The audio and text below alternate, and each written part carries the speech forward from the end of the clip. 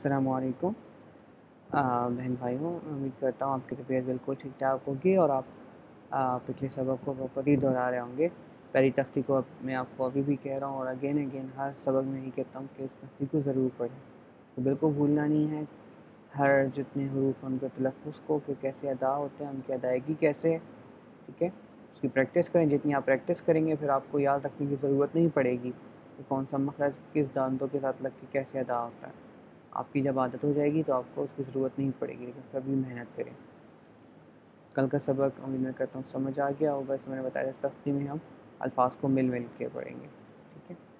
آج کا سبق ہے کاف الف، با کاف تا، تا کاف سا، با تا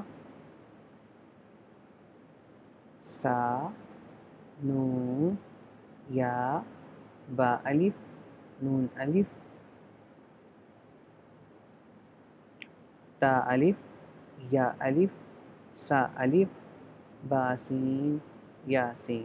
پھر پڑھتے ہیں کاف الف، با کاف تا کاف سا، با تا سا، نون یا با الف، نون الف، تا الف، یا الف، سا الف، با سین، یا سین،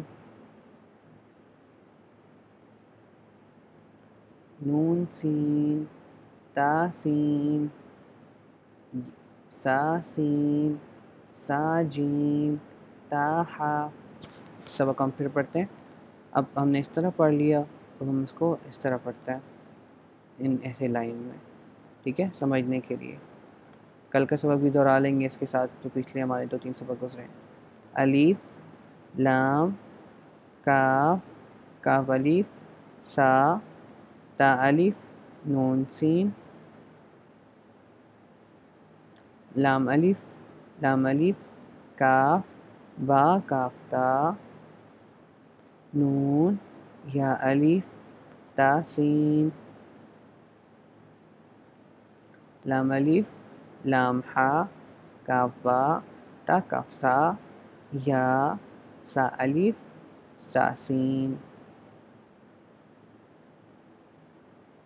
با الف، لام الف، کاف با، با الف، با سین، سا جیم،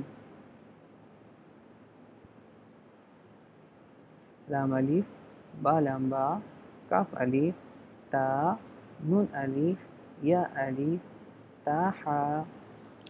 تو آج ہم نے صفحہ کو جو ہے تو مکمل کر لیا۔ انشاءاللہ ہم اب کل اپنے الگ سبق کے ساتھ پھر انشاءاللہ حاضر ہوں گے، جو ایسا اسی طرح ہے۔ یہ ہمارے پاس 2 پیجز اس کے، اس کے بعد ہم آگے بڑھیں گے۔